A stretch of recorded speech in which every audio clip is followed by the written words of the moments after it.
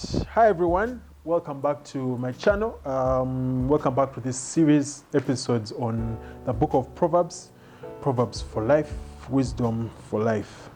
My name is Moses, and we have been going through the book of Proverbs like I've already mentioned, and the past couple of episodes we have just gone up to verse 9 of chapter 1. We still have many more verses to go.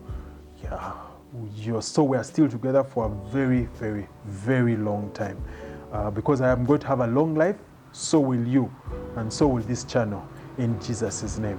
Yes, so last week we talked about the responsibility of parents, because in verse 8 we saw Proverbs chapter 1 verse 8 says that, "My son, hear the instructions of your father, and do not forsake the laws of your mother." Then from there, in an effort to try and demystify these instructions, because the last two episodes were on honoring your father and mother, according to Deuteronomy, 5:16. Honor your father and your mother, that because this is what the Lord has commanded, that your days may be long on the earth, in the land that He has sworn, He has given to you. And the prior episode, we're looking at the sons and daughters honoring their parents, their fathers and mothers. Then the last episode last week, we talked about the responsibility of the parents, and we looked at Deuteronomy chapter 11, verse 18 and 21. But today I want us to move down to verse 10. So previously, we talked about the responsibility. What the parents are doing is they are picking the words that have come down from God. And by having, according to verse 7, tells us to have that the fear of the Lord is the beginning of knowledge. And those who despise wisdom, and those who are foolish despise wisdom and instruction. So a wise parent is one who gets those words of instruction that God has given, of wisdom and instruction, which according to verse 2 says that the Proverbs are to give us wisdom and instruction. That's what it tells us. That's what it gives. And it also enables us to perceive understanding. So the parent is parent, guardian, mentor, teacher is supposed to now pick these words of wisdom, instruction, these words of after meditating and receiving instruction, is supposed to pick these words, and these are the things they're supposed to teach to the children. Teach them. The scripture in Deuteronomy 11:18 to 20, verse 19 tells us how you shall teach them to your children. Teach them when you're in the house, sitting in the house, when you're walking by the way, when you're lying down. Teach them as well also when you get up. Then it tells us, write them on the doorpost and all this. And then it's in verse 21, it tells us that your days may be long, and the days of your children shall be multiplied as well. Your days may be long, and the days of your children shall be long and multiplied on the land that the Lord has sworn to you. And it's interesting what it says. So after you've taught the child, or in this case, if you're the child and you've learned, interesting what verse 10 says, "My son." So the first verse 8 says, "My son, hear the instruction of your father, do not forsake the laws of your mother," which are the instructions and laws of God. Then it says, "My son, if sin entices you, if sin has enticed you, do not consent." So after you've listened to what you've been taught, the next thing is, do not be enticed by others, people who are not the ones teaching you. So essentially there are two groups of people here. There are those who are teaching you the laws, the precepts, the words of wisdom from the book of Proverbs, and then there are those who are enticing you. So it says that, "My son, if sin has enticed you, do not consent."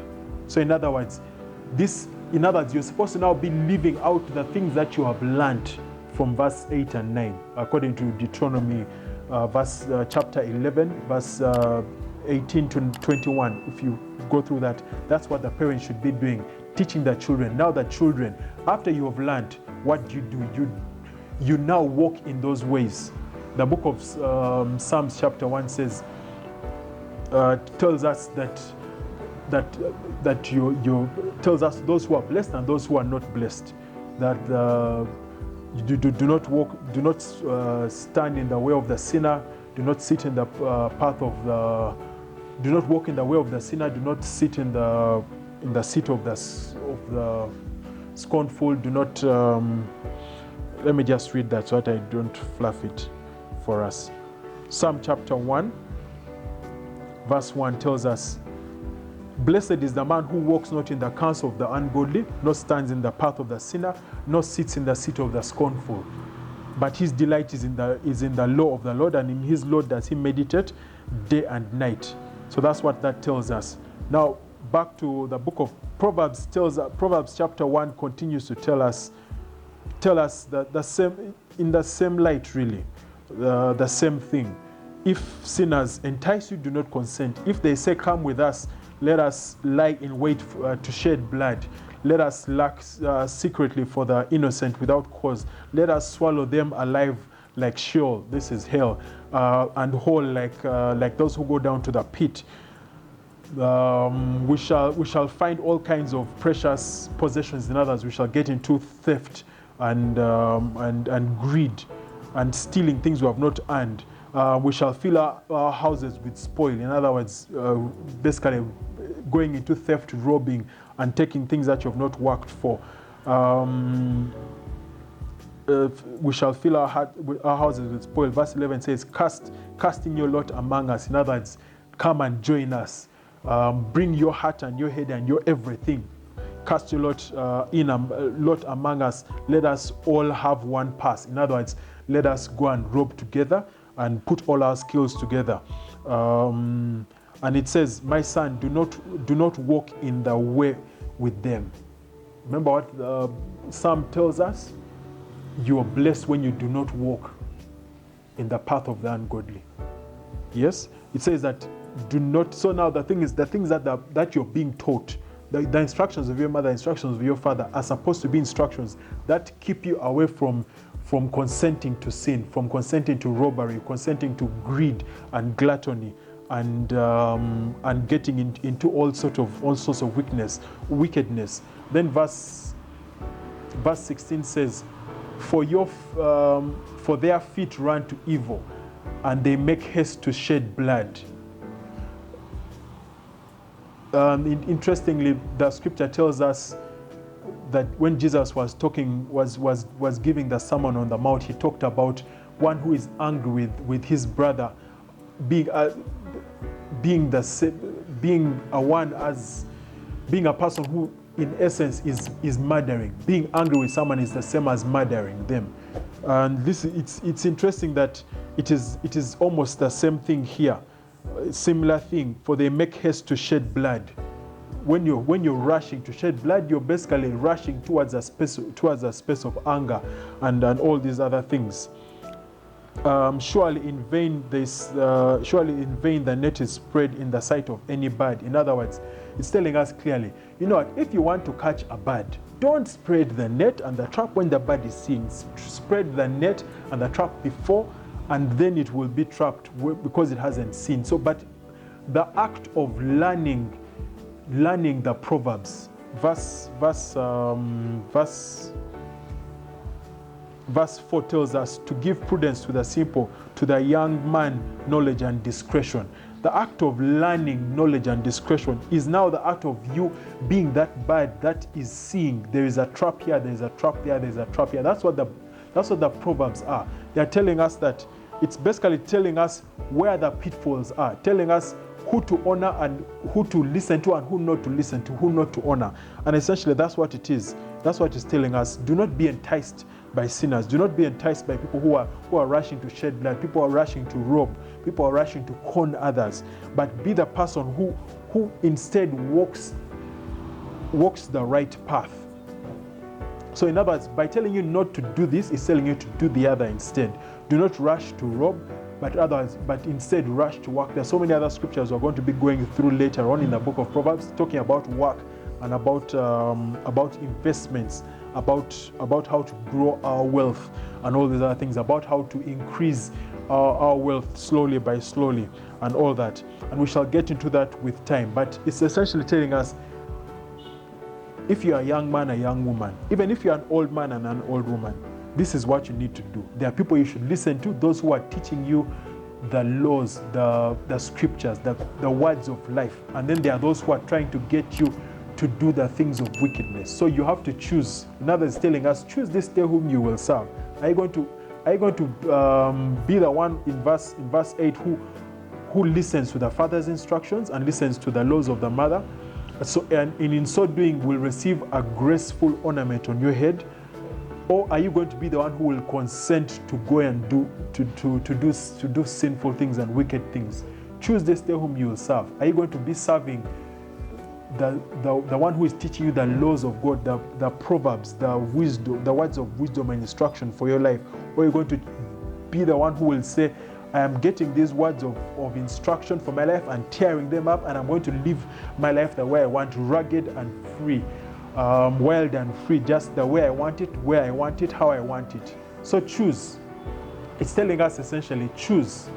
Are you going to be the one who is going to be greedy and go out for quick gain and fill your house with the spoil of another after robbery? Or are you going to be the one who will come and say, this is the way I will sow my seeds and reap my crop at the end of the harvest?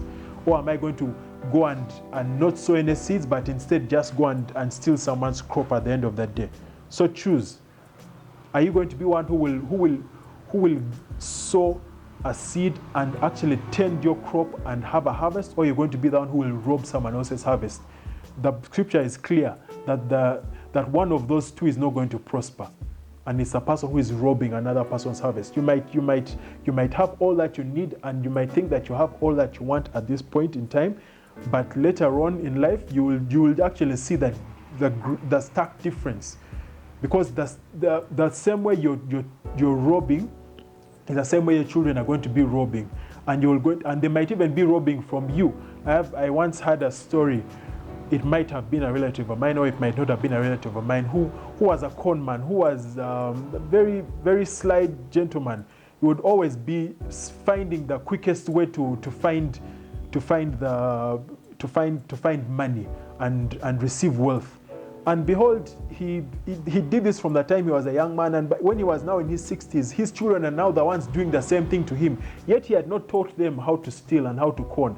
But somehow his children were the ones robbing him and conning him of his possessions later on. So now you have to choose.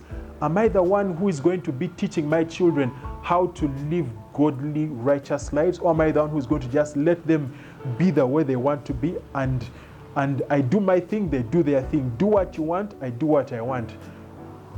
And then at the end of the day, you might find that your children are going the wrong direction because you haven't taught them the right direction. So it's you to choose.